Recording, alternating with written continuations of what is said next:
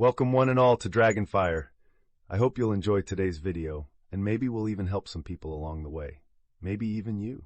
Our first story today comes from a young OP that doesn't want to forgive his brother for uninviting the OP to his wedding. And why? Just because the OP is in a wheelchair, and it'll be too much of a distraction. You know, I can understand that. I mean, seeing how they're intending on being complete D-bags, isn't that a big enough distraction? AITAH for not forgiving my brother for uninviting me from his wedding? I'm in a wheelchair. My 17 male leg got amputated 3 months ago. I have not been feeling the best, and I felt worse when I got uninvited from my brother's wedding because my brother and his new wife basically told me that I would be a distraction and take the attention off of them. They didn't say distraction, but they definitely implied it. My parents were upset about this as well and were even planning on staying with me, but I told them it was okay to go. I did cry while they were at the wedding because I felt excluded, and while that was happening, I felt that I didn't really want to be bothered with my brother and his wife anymore. When my parents came home, they were telling me that people were asking about and asking where I was, so I guess I was going to be a distraction regardless. My brother tried calling me some hours after the wedding, but I didn't pick up. After that, him and his wife came by a couple of times after, but I kept telling them that I didn't want to speak to either of them, and I asked them to leave me alone.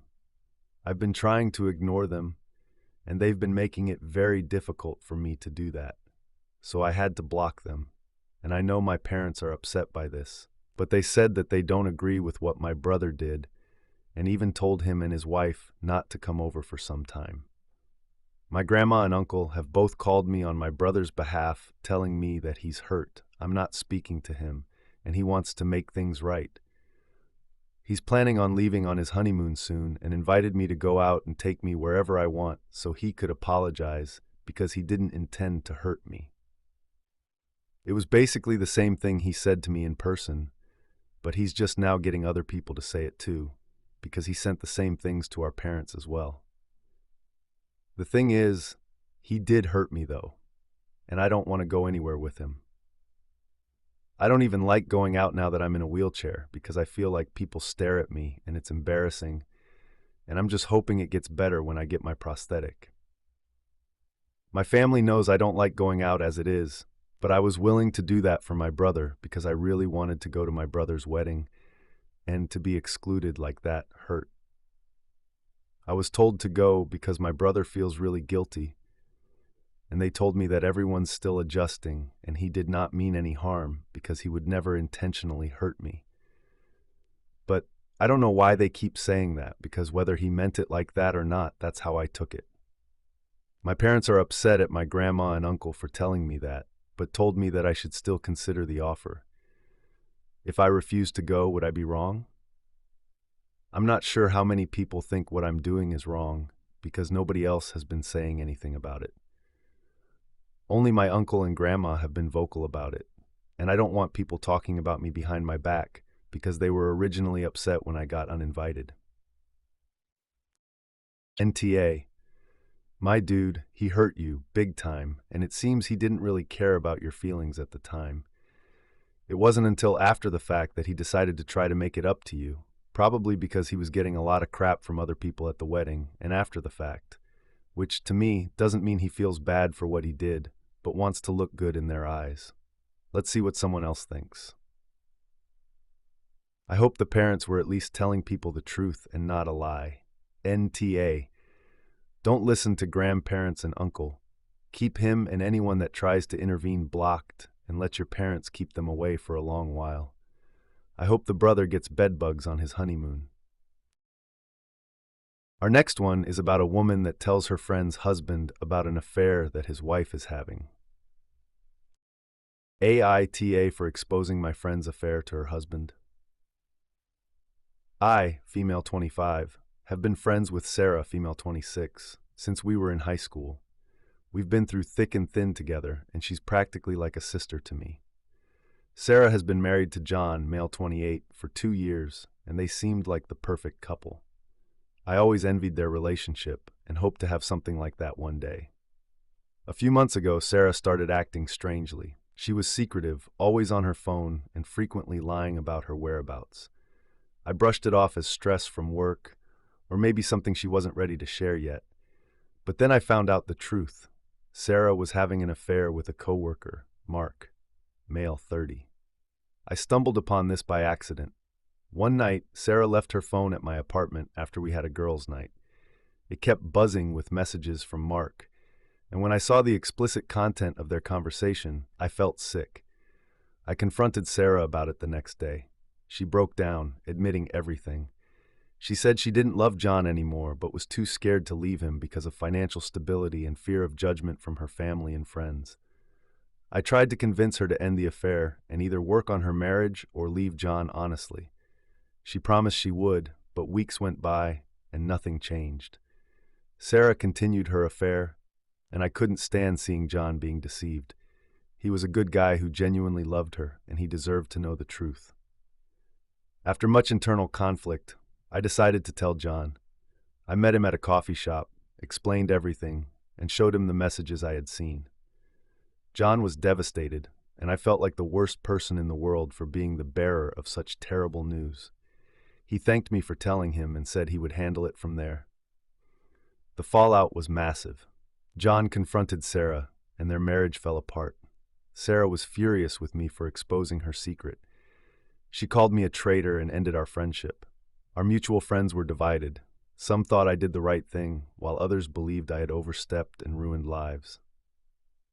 Now, months later, Sarah and John are divorced. Sarah moved in with Mark, but their relationship is rocky. John is trying to rebuild his life, but is understandably still hurt.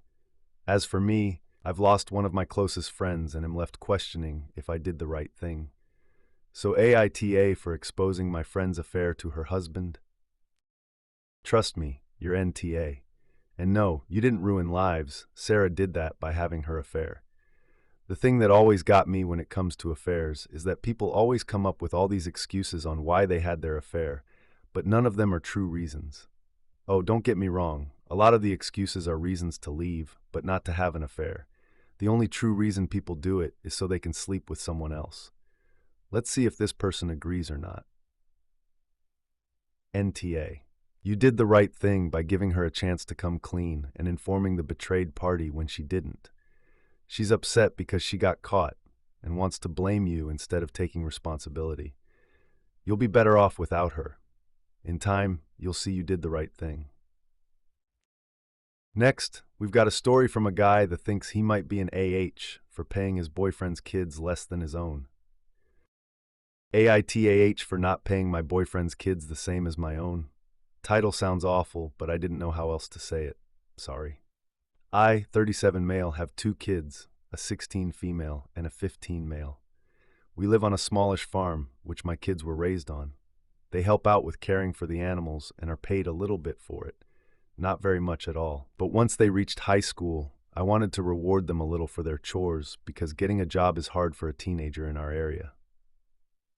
I've been dating my boyfriend, 39 male, for the past 3 years, and he moved in 6 months ago. He has 2 kids as well, a 16 female and a 13 female. His kids have spent their entire lives in an apartment, so moving onto a farm is a big change for them. They're not very interested in most aspects of it, which is fine. They dislike a lot of the animals, pigs, goats, chickens, and geese. That leaves the ducks, horses, and dogs, which they like. My kids feed and water all the animals, collect eggs, milk the goat, as well as doing some gardening. My girl likes repairing things when it's needed, which she's also paid for. They do various other things when asked, but those are the regular ones. My boyfriend's kids will feed and water the dogs and ducks at night and sometimes collect eggs, but that's about it, which, again, is perfectly fine. I don't expect 2 teenagers who had to move onto a farm to participate in it at all, but they get less money for it. Recently, the older daughter complained that she had so little money now compared to before. She had to quit her job when moving and hasn't been able to find one nearby. She thinks it's unfair that she's not getting as much just because she doesn't like outdoor work. The younger one is glad to get anything at all because she didn't before, but disappointed because she probably won't be able to get a job as soon as she turns 14 like she would have in the city. My boyfriend says it's my money and I can do whatever I want with it, and that his kids can suck it up, but I feel bad that their money-making opportunities are limited because of a move they had no say in. I also feel like it would be undermining my children's effort and hard work to pay his kids the same when they're not doing as much. AITAH. No, my man, you're NTA. The kids don't do equal work, so of course they don't get equal pay. But, with that said, I think your boyfriend should ante up some extra cash for his kids to sort of make for what they lost. Let's see what this poster thinks. Honestly, Dad's the AH for moving a working city kid out to the sticks and not caring about how he specifically changed her way of life. Nothing like a parent who puts the needs of their child second. Our last story comes from a guy that turns down a woman at a reunion that he pretty much can't tolerate. You know what? I myself have a policy that I won't date someone if I can't stand the sight of them. I'm just sort of funny that way. AITAH for being brutally honest when turning down a former classmate at our 20-year reunion. 2 years ago, I attended my college's 20-year reunion. In college, we had a very tight group of friends. 5 of the people, 2 girls and 3 guys, rented a house near campus. It was just like you see in the movies, for college party houses, keggers 2 to 3 times a month, and crazy shenanigans. I have so many crazy stories. Anyhow, our core group consisted of 13 people from the same program, and this girl, she wasn't in the group, but always was there. All of us had a rule that there was no dating within the core group in order to prevent any drama and fights. People did hook up, but no one dated, so no nasty breakups. Very little drama. This girl that had huge crush on me, she asked me out weekly, even tried to sleep with me when I was blackout drunk. Mutual friends stopped this. My friends did live in the big party house on campus, but the guy that had the lease on the house made sure it was a safe place for anyone to drink and to pass out at. His older sister had very bad experience in college. He and his cousin didn't put up with any of that. Anyway, I did not feel the same way about her. I personally didn't really like her as a person. I found her very needy. She was the type of person that any attention was good attention. From flashing her chest at the bar, saying overly inappropriate things in lectures to the professors, even doing blackface on Halloween and getting escorted off campus by security. At the reunion, she literally hadn't changed. She told very inappropriate stories that she thought were funny, dressed very inappropriately for the venue we were at, and was very obnoxious. This is where I may have been the a-hole midway through the night when we were all tipsy. She made her way to me, being very flirty and overly touchy. I told her I didn't like her touching me multiple times. She was grabbing or slapping my butt. She tried to put her hand down my pants on the dance floor twice. My friend Susie saved me by pulling her away and taking her outside to talk. If roles were reversed, I'm sure I'd been hit or at least kicked out of the venue. Anyways, we all from the core group ended up at Denny's at the end of the night, like the good old days. My old friends were good and made sure she was not sitting next to me. During reminiscing and food, she pipes up and says I should date her now because she's now 30 pounds lighter and has had a lot of plastic surgery. Physically, yes, she was very attractive, and she was physically attractive in college. I'm pretty drunk at this point, and my response her was breaking out in laughter and telling her louder than I should have. I acknowledged that, remind her I was drunk. God, no, you're inappropriate and one of the most disgusting people I've ever met. She ran out crying. My old college friends told me that night I was very harsh and too brutally honest, and that I should have been a bit nicer. I've told this story to friends, coworkers, and family, and I get most males saying I'm not an a-hole and most females saying I am. So Reddit, what's your opinion? Edit, the girl in the story and I hadn't seen each other since graduation in 2002, and after that night, no contact for obvious reasons. There are only 5 out of the 13 original group, and I still see them to this day. Edit 2. The reason why the girl was invited to the parties was the people that lived in the party house made a rule that everyone in our program was invited. 2 of the people were social outcasts in high school, and didn't want that for anyone. They didn't want anyone in our program to feel left out. NTA. Oh my dear Lord, dude. She pretty much tried to SA you right there on the dance floor. I wouldn't even care if everyone thought I'm being an AH, drunk or sober. I would not want to have anything to do with her myself. Let's see if someone else thinks you were too mean to the buttercup. NTA. Female here. The woman seems over the top annoying, pushy, inappropriate, and not a good person. She was not taking no for an answer, and you had to be blunt and very direct to get the point across. Well, on that happy note, I think it's time to end our video for the day.